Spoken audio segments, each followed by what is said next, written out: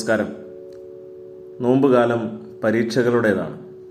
വിദ്യാർത്ഥികൾക്കിടയിൽ മാത്രമല്ല, വിശ്വാസികൾക്കിടയിലും. പരീക്ഷയിൽ വിജയവും തോൽവിയുമുണ്ട്. വ്യക്തിപരമായും സാമൂഹികമായും നാം എത്തിപ്പെടുന്ന ഓരോ പരീക്ഷകളും നമ്മെ ആന്തരിക സംഘർഷങ്ങളിൽ പെടുത്താറുണ്ട്.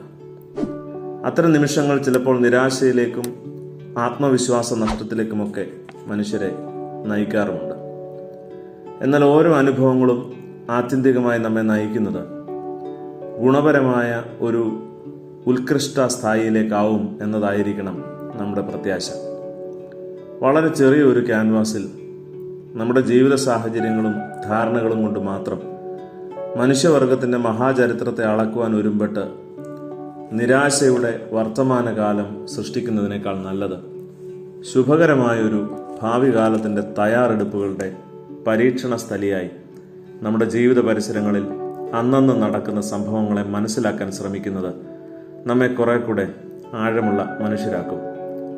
നമ്മുടെ അഭിപ്രായ പ്രകടനങ്ങളെ കേവലം പെരിഫറലായ ഒന്നാക്കി മാറ്റാതിരിക്കാം. ശരിക്കും ബ്രേക്കിംഗ് ന്യൂസുകളല്ല പ്രിയരെ നമ്മുടെ വിശകലനങ്ങളുടെ ആധാരമാകേണ്ടത്. പ്രസിദ്ധമായ ആ പഴയ കഥ ഒന്ന് ഓർത്തെടുക്കുന്നത് നല്ലതാണ്. ഒരിക്കൽ ഒരു രാജാവ് തൻ്റെ മന്ത്രിയെയും കൂട്ടി നായാട്ടിന് പോയി. അന്ന് ഒരു കടുവയോട് ഏറ്റുമുട്ടേണ്ടി വന്നു. എന്നാൽ മന്ത്രിയുടെ സഹായത്തോടെ അതിനെ കൊല്ലാനായെങ്കിലും കടുവയുടെ ആക്രമണത്തിൽ രാജാവിന് തൻ്റെ കൈവിരലുകളിൽ ഒന്ന് നഷ്ടപ്പെട്ടു. രാജാവ് ദുഃഖിതനായി പറഞ്ഞു, ദൈവം നല്ലവനായിരുന്നെങ്കിൽ എനിക്ക് അപകടം ഉണ്ടാകുമായിരുന്നില്ല, എൻ്റെ വിരൽ നഷ്ടമാകുകയുമില്ലായിരുന്നു.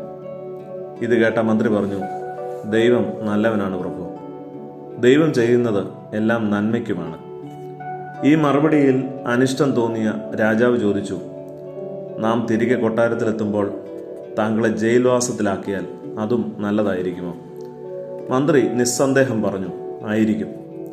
രാജാവാകട്ടെ അപ്രകാരം തന്നെ ചെയ്തു. 3 മാസങ്ങൾക്ക് ശേഷം രാജാവ് വീണ്ടും കാട്ടിലേക്ക് വേട്ടയ്ക്ക് പോയി. മറ്റൊരു മന്ത്രിയാണ് ഒപ്പമുണ്ടായിരുന്നത്.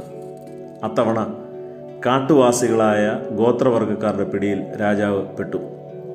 രാജാവിനെയും മന്ത്രിയെയും അവർ അവരുടെ ദേവന് ബലി കഴിക്കുവാൻ പീഠത്തിൽ കിടത്തി. മന്ത്രിയെ വധിക്കുന്നത് തൊട്ടരികെ കിടന്ന് രാജാവ് കണ്ട് ഞെട്ടി.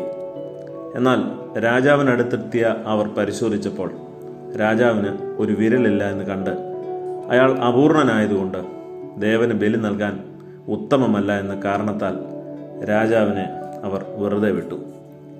രാജാവ് വലിയ സന്തോഷത്തോടെ കൊട്ടാരത്തിലെത്തി.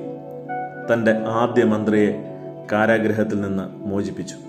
എന്നിട്ട് ചോദിച്ചു, എൻ്റെ വിരൽ നഷ്ടമായത് എനിക്ക് അനുഗ്രഹമായി എന്നത് ഇപ്പോൾ എനിക്ക് ബോധ്യമായി.